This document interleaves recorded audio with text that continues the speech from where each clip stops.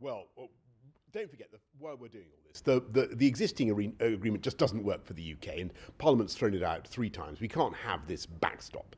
So I'm going to go to see our friends in Scotland. I'm going off to Germany and then to France and then to see the G7 at Biarritz, and I'm going to make the point that the backstop's going to come out. And what I've also said is that under no circumstances will the UK be putting in any kind of checks at the border in Northern Ireland. We simply don't think that that is necessary.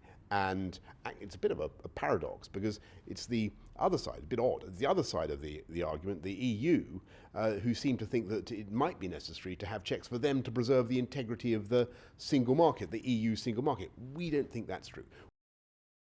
In the course of the negotiations on the free trade deal, which we're going to do after October the 31st, we will be bringing forward, and we've already brought them forward, we will be looking at all the ways in which we can maintain frictionless trade at the Northern Irish border, whether it's trusted trader schemes or electronic pre-clearing or whatever it happens to be, all that kind of thing, checks away from the border, points of sale or whatever, if you have to crack down on smuggling, all that kind of thing.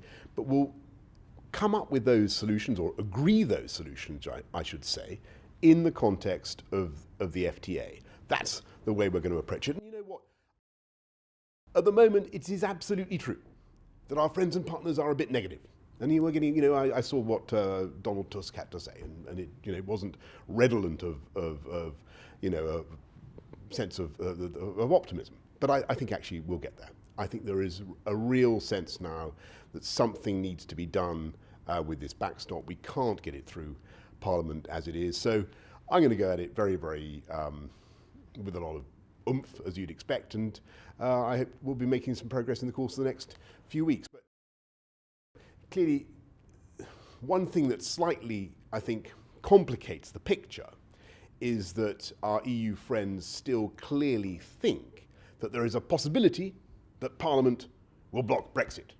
And as long as they think there's a possibility that Parliament will block Brexit, they're unlikely to be minded to make the concessions that we need. So it's going to take a bit of patience.